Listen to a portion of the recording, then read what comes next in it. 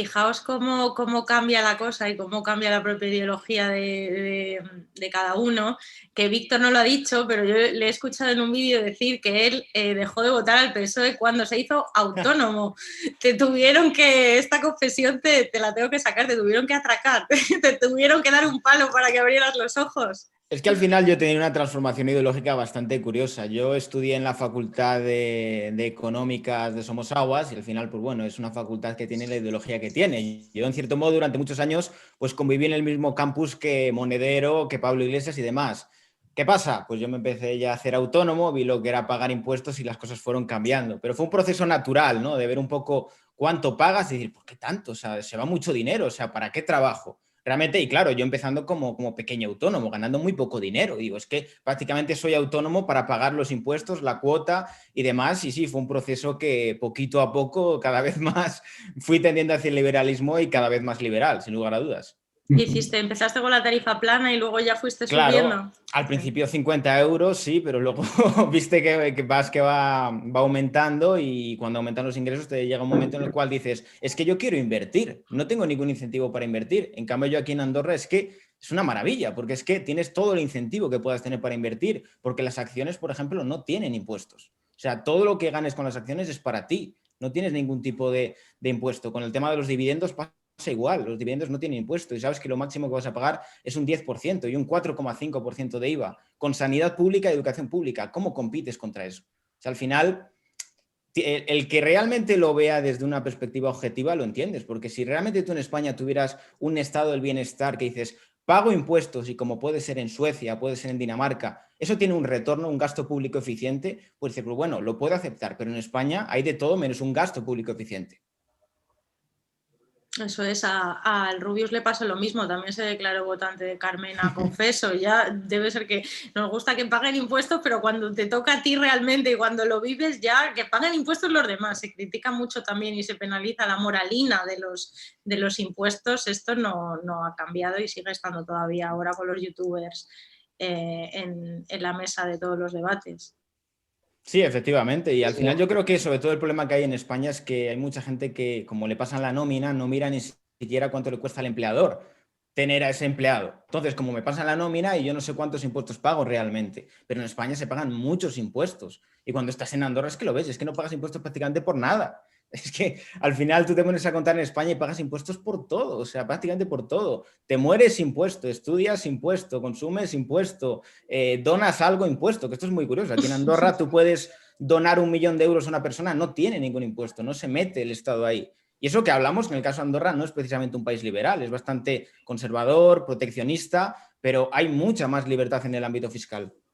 Que no tenéis Amazon ni tenéis una línea telefónica. Esto hay que decirlo, Víctor. ¿Cómo te encuentras con estos monopolios? Yo es algo que creo que es la batalla que tengo ahora en Andorra, ¿no? Como los políticos son más cercanos, que vayan entendiendo que es necesario que se abran. A ver, desde el país lo saben realmente. O sea, al final Andorra lleva muy poco tiempo abierta. Hasta hace muy poco no estaban ni siquiera abiertos a la inversión extranjera. Tienes que tener un testaferro andorrano. Ahora ya sí está abierta la inversión extranjera y poquito a poco lo van entendiendo. Al final es un país que tiene que modificar su modelo de país como no era antes. Antes realmente era un país que vivía pues, de lo que vivía.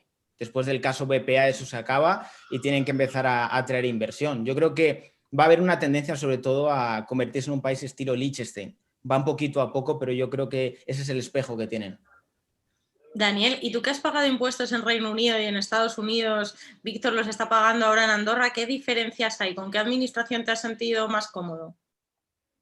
Yo creo que la primera diferencia es la que comentaba antes, ¿verdad? Que la administración tributaria es fundamentalmente facilitadora, ¿no? Yo presentaba a los inspectores de Hacienda de España una carta de Hacienda en el Reino Unido en el que mostraba a una persona una diferencia de opinión desde una manera, primero de una manera completa y absolutamente pues, educada y respetuosa, pero empezaba con una cifra, ¿no? Una cifra en negrita.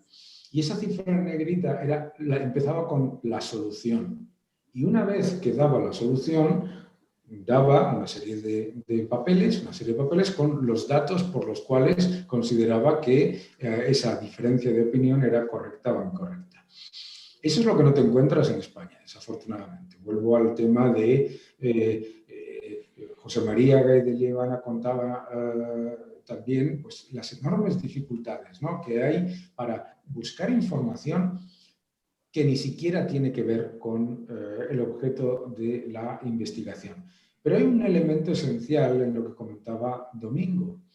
Cuando un contribuyente recibe la indicación por parte de su asesor de que no litigue, de que no siga adelante porque se va a pasar años y no merece la pena, esa cifra o esa investigación aparece en las cifras de Hacienda como fraude fiscal. Y eso no es fraude fiscal. Es como si dijésemos que una persona que en Estados Unidos tiene un pleito y llega a un acuerdo extrajudicial es culpable, ¿sabes? Entonces yo creo que en España se utiliza constantemente este ejemplarismo amedrentador, ¿no?, que es mostrar a personajes conocidos. Os acordaréis todos, bueno, no os acordaréis porque estoy aquí rodeado de gente extremadamente joven, pero Lola Flores, Pedro Ruiz, ahora son los youtubers porque son jóvenes, etcétera, etcétera. Y se utiliza eso y luego caemos en el gran problema de España, que es el de la paradoja argentina, que llamo yo, ¿no?